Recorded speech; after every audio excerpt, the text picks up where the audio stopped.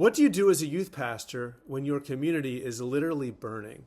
On this episode of the Youth Ministry Sherpas Coast to Coast podcast, our own Shannon Dunn lives and works in Malibu, California, a community severely affected by the wildfires. And not only is it scary, it's also disruptive and isolating for Shannon and her family. Shannon shares what she's learning about the role of the youth pastor in such a circumstance, as well as the value of the church's presence in their community. And it's a timely and honest discussion. So roll down your windows and let's get started.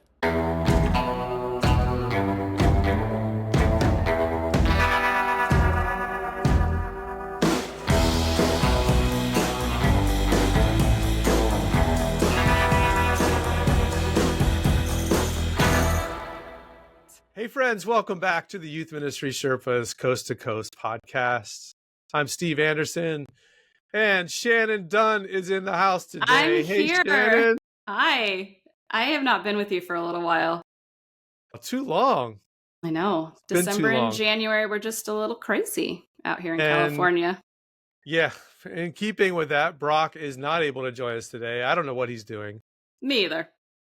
I have no idea. That guy. He's a busy guy. He's on like 45 podcasts and has like 10,000 speaking engagements. So it's kind of hard to nail him down. Who knows? He's writing the next book. Who knows? He's probably writing the next book. But anyway, it's so good to be together, Shannon. It's good to see you. You too. And you are in the center of the news cycle because you are in Malibu, California. Mm-hmm. And just surrounded by all of this just incredible trauma and natural disaster. And yeah, here you are.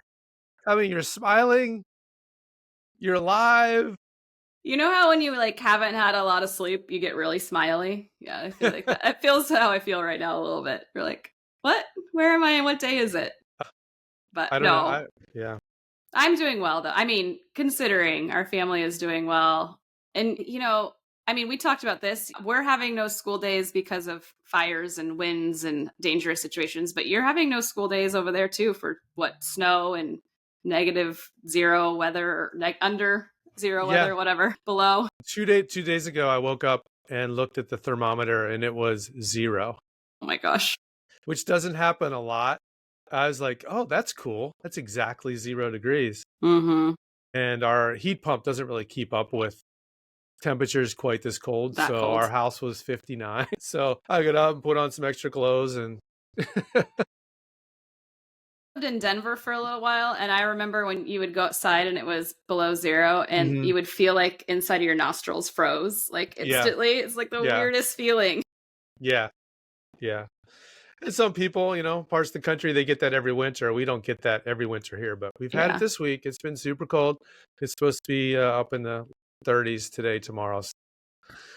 Starting to break, but extreme weather, extreme life circumstances, extreme troubles and traumas. What a great start to 2025, right?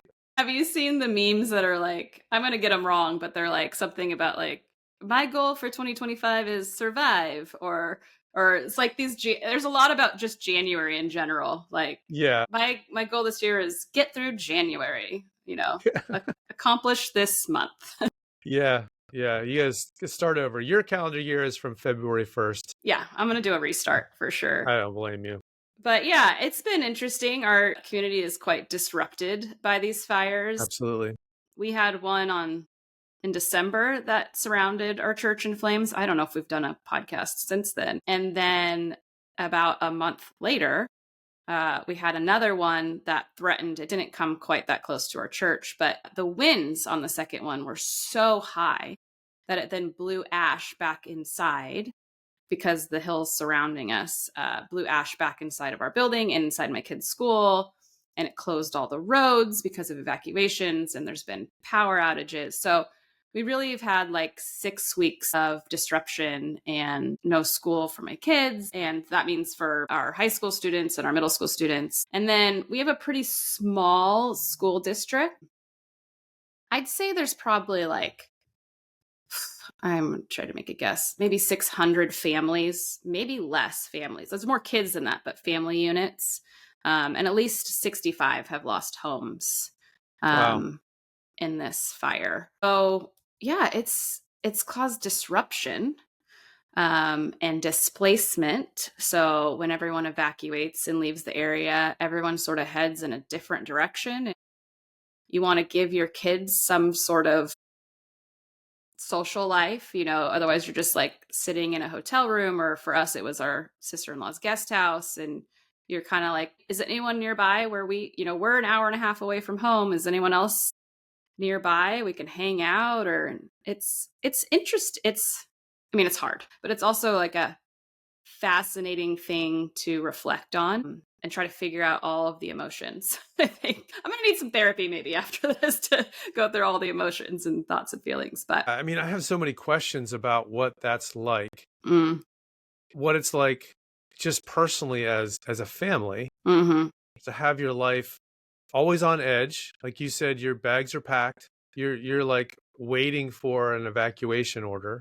Could happen because the winds can move these fires so rapidly that you just have to be ready, even if it's a significant distance away. So there's that like constant sense of ready to be. It's almost like a refugee status, or it's like almost like a war status in a sense. Yeah, and I mean, obviously, I don't want to. Right. Don't want to I don't overstate want to it. compare that, but I understand. Yeah. we today in California is hopefully one of our last.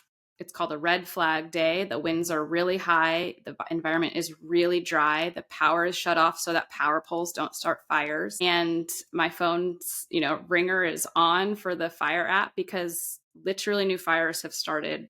3 in the last 24 hours have started in the surrounding area around us. And so it's this weird waiting game, and you get a little stuck.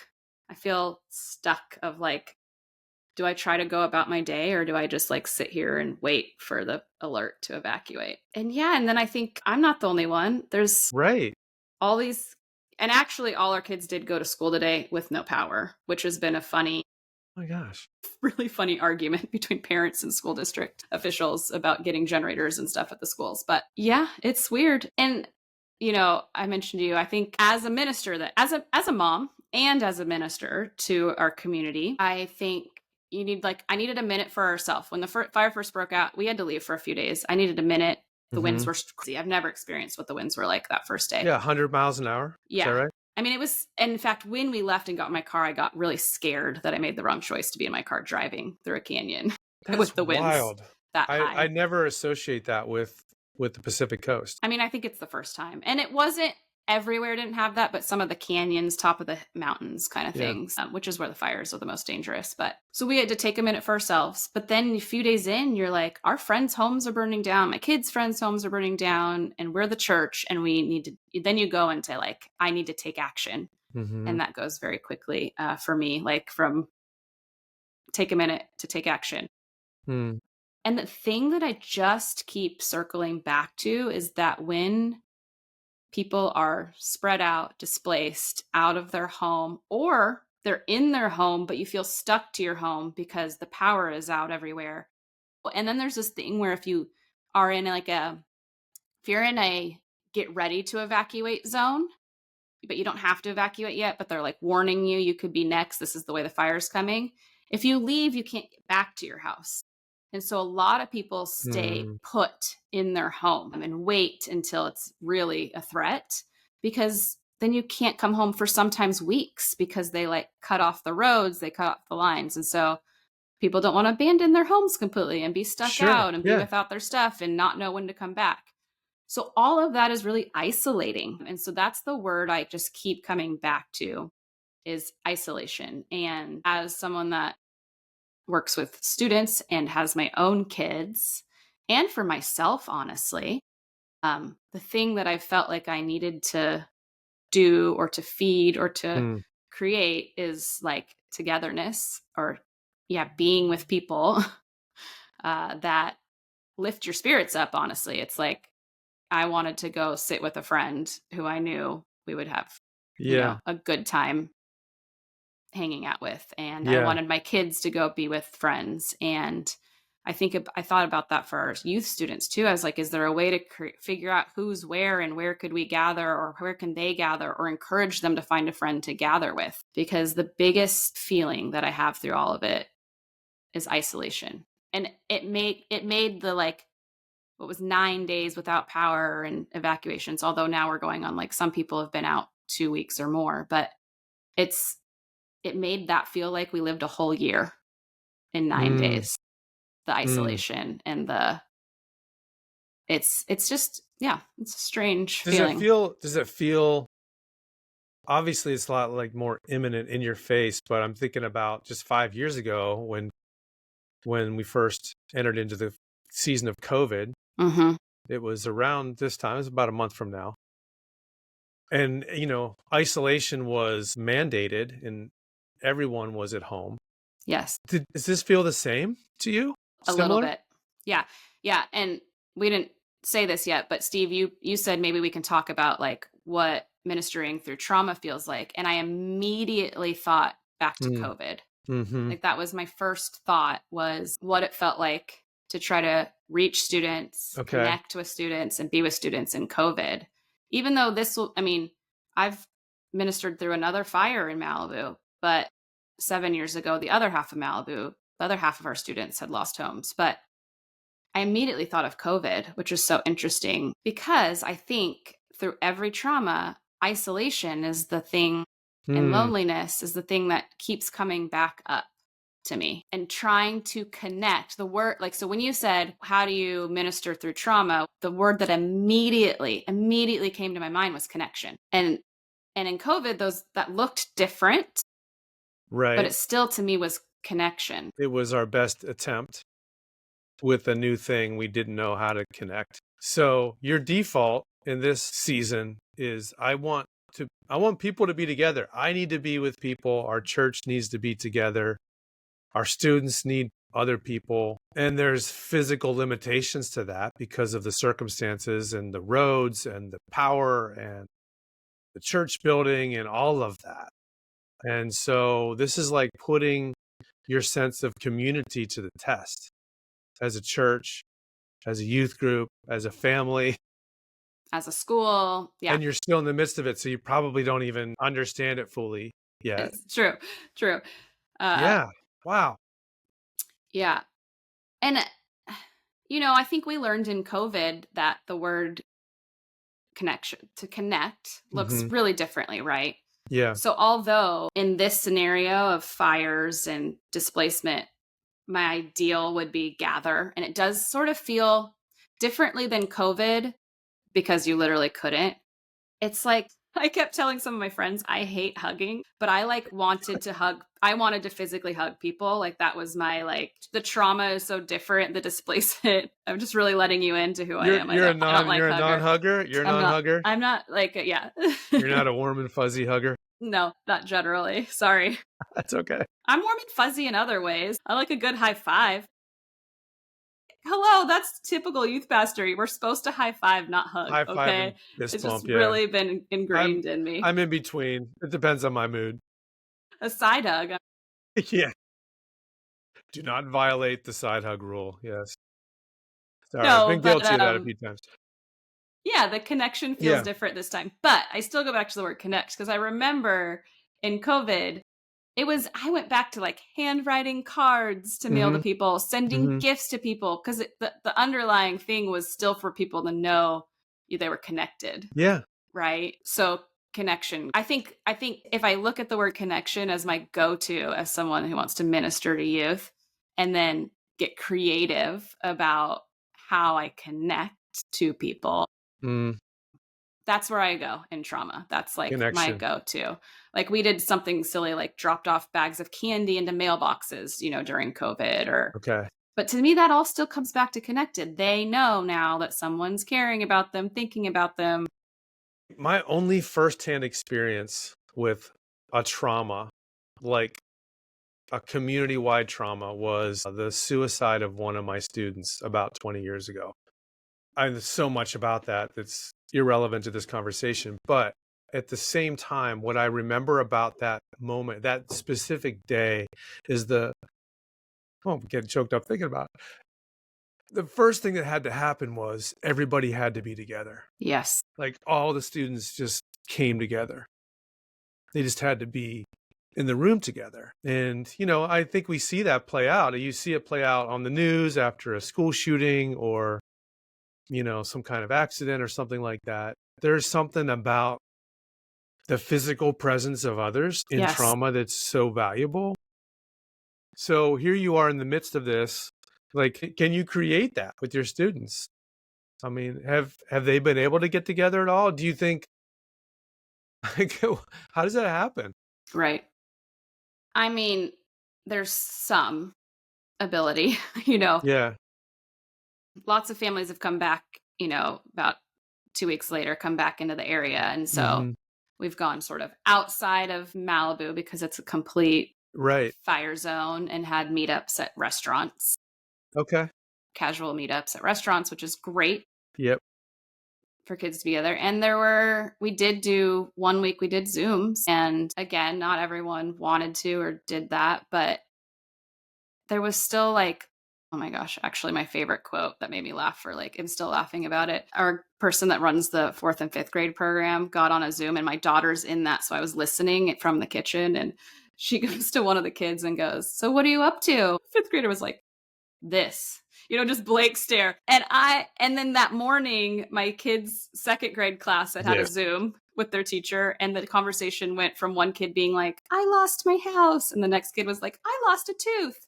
And I was just like, man, the chaos of Zoom just came flooding back to me. And I was like laughing in the background so hardcore. But it's just Some of my middle school leaders still are experiencing the PTSD of Zoom groups with their 6th grade boys. Yeah. Yes. It was brutal. It is brutal. And it still was connection though, right? It was the best we could do at the time. Do I think it's ideal? No. But was I hoping their teachers would call them all to Zoom so they could see a friend? And even if they just sat there, they had a minute to see their teacher. And yes, I did think and I did want that. I wanted it sooner than our school district decided to do it, honestly. But yeah, I think one of my kids' teachers called every kid in a 2nd grader in her class. And I thought, That's awesome. yes, that was that Mm. seeking connection in whatever way you can. 2nd graders don't really want to talk on the phone, but the parents do. Imagine how And awkward those conversations were. some of them did. And I think our youth pastor Stuart and I have been texting or calling the students that we know as well. And it's letting them know you're thinking about them and you're here. And some of them want to talk and some of them definitely don't, but you're creating a connection either way, right? It really reveals the heart of what ministry is. Mm. But I've been thinking about this conversation, and because it feels so, I can't put myself in your place. But when I think about youth ministry, I think about youth ministry as we do it on a week-to-week basis in the average middle class suburban church, and all the things that make it kind of define what that is in that context. But then you have a season like this where all of that is out the window. And what is left is relationship and connection and any sense of community and being the body of Christ together. That's all that remains. The game you play, the program you create, the room you meet in, the whatever. That only works when life is going smoothly. Yeah. That's not youth ministry in the midst of trauma. Right. Yeah, I mean, what we say, consistency is so important. There's some of these pillars as you're talking, Sure. those go out the window. Yeah, and I'm not criticizing those things. I'm just I'm just observing that that's no longer very important. Yeah. Yeah. Or possible. Ultimately. Yeah, absolutely. So it comes down to relationship and it comes down to just that God is bigger than all of it, right? And reminding students because yeah, I think this is maybe just me and people might have other opinions on it. I think we have to just be really careful too to quickly go to, it's going to be okay because God's got you. These kids have lost their homes and obviously there's worse things, but you're not thinking about the things that are worse than that in your life to lose, right? Like you're just like, I've lost my home, I've lost routine, I've lost some of my belongings that help me feel safe, right? We know what students are feeling anxiety wise, like some sense of safety, some sense of routine, those things are kind of gone. And so to go quickly to how good God is, I think also can be a mistake. I Yeah. think hopefully we've set our kids up to know that our God is just big enough to handle it and that he laments. And I think that these are the reasons why the practice of lament and letting them know that God is big enough for all the feelings and all the experiences and to hold them and to be there with them is such a key practice all through what we do. It can't Hmm. just come when trauma happens because you don't know when the trauma is going to happen. But if we've set them up to know that God is there through highs and lows and who he is someone he's the consistent factor, right? If the youth group meeting isn't the consistent factor, God is the consistent factor through it. So Hmm. Platitudes aren't going to cut it. If a kid has lost his home and their school is gone and their community is ravished by this fire, and it's going to be years before it's back to the way it was. it'll never be back to the way it was. Yeah. Actually, I mean, that's the one thing I Right. keep saying too is they will have permanently lost friends that were forced to move. Like the Yeah. scars Right. will be there. There are restaurants that will never, I mean, as silly as that sounds, but those are routine, Sure. consistent things. There are things that will never come back. So it's like there was before fire and after fire. Hmm. But yes, the unsettled feeling is going to last and they will eventually settle again. It's a good thing the Bible talks about those feelings, huh? It is a good thing it does. What I'm thinking of in my head is the stories of the exile, and people having to, yeah, be displaced and move to a new country and lose everything that was familiar and longing for what they had lost and grieving what they had lost.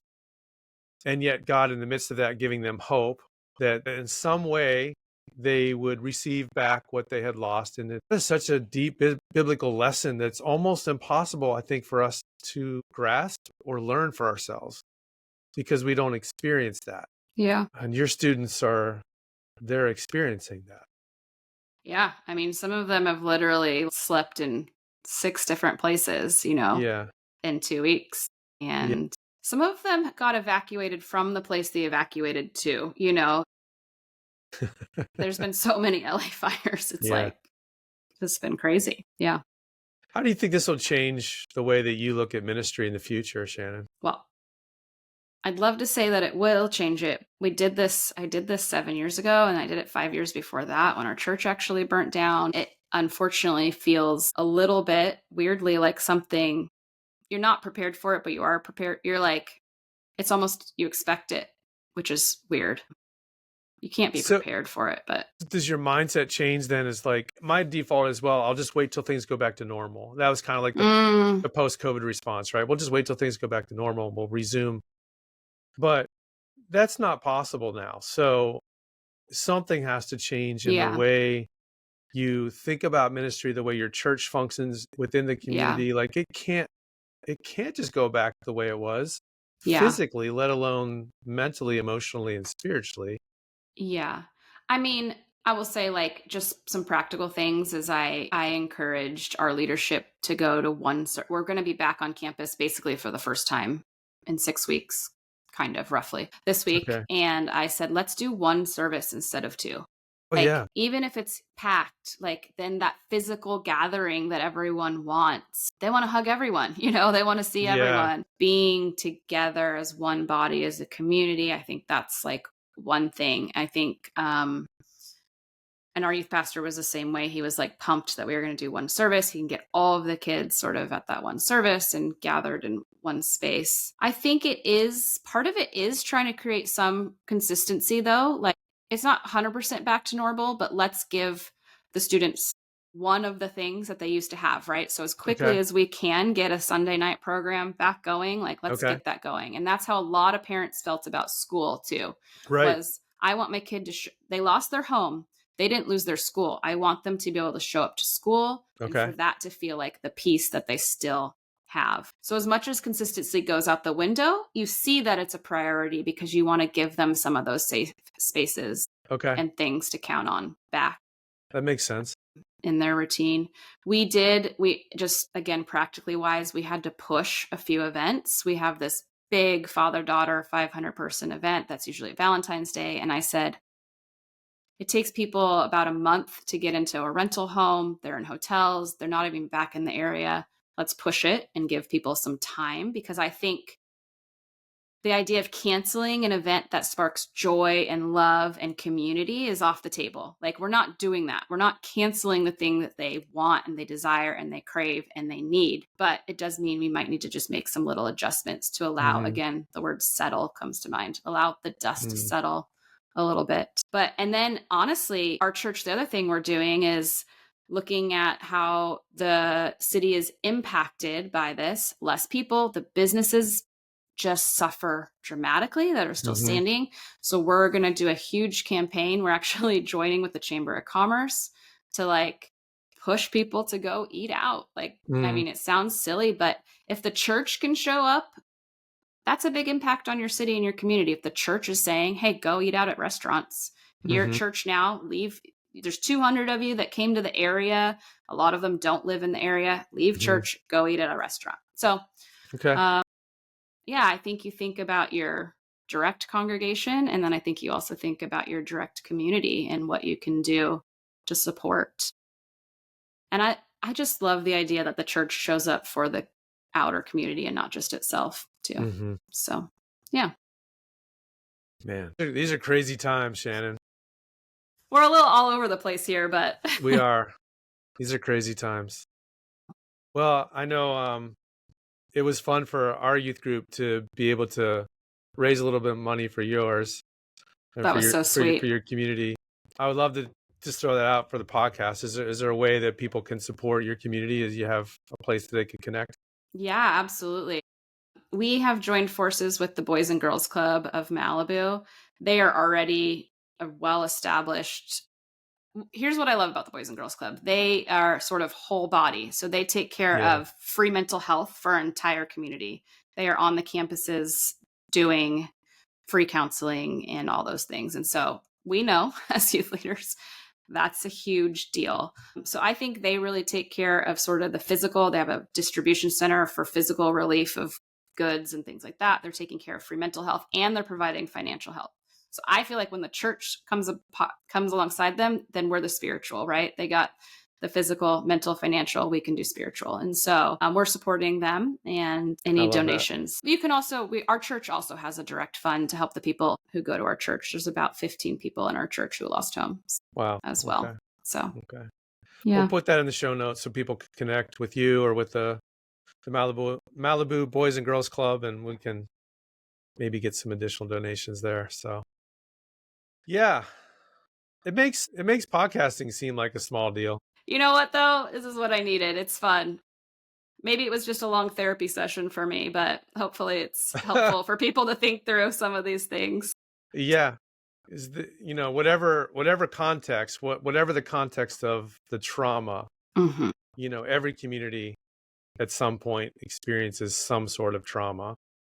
Well, and I think I'm not frustrated with the news by any means, but I'm like, a wildfire is not the only thing that causes this, right? Of course. Hurricanes, tornadoes, flooding, freezing storm. Like, there's so many things around the country that cause these great destructions. So I know there are other youth groups. And actually, I'd be interested, maybe people can comment if they've gone through a disaster like this and let us know, like, what have they learned how to go through trauma with their youth ministry?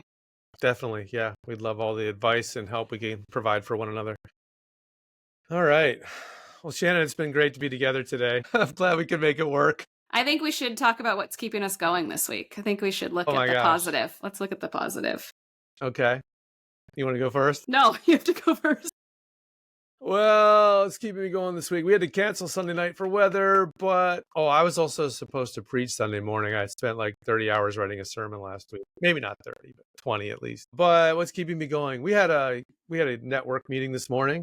My coworker and friend Danny put together a youth leader network in the area. And we had breakfast this morning with them and got to meet a few new guys that I hadn't met before and connect with some other youth workers in the area. So yeah, that was really good. That's something that I've been part of for years and years. It's kind of died the last year or two, but Danny's bringing it back. So that was really good. That's awesome. Yeah, There's that connection. for sure. Through all this, more deeply connected with a friend. So meaning we had a little bit of a loose acquaintance and we've become really good friends, and our kids have hung out a lot and we've hung out a lot, and that's been keeping me going. And I'm thankful for that. Yeah. Yeah. Good. Yeah. Good. All right. Well, if you want to reach out to us, you can email us at youthministrysherpas@gmail.com. You can comment if you are watching on YouTube, or just, I don't know, find us somehow. We're on Instagram. Yeah. We would love to hear from you, and we will be back soon with another episode. Shannon, take care of yourself. Thank you. It's great to see you. You too. Bye. Bye.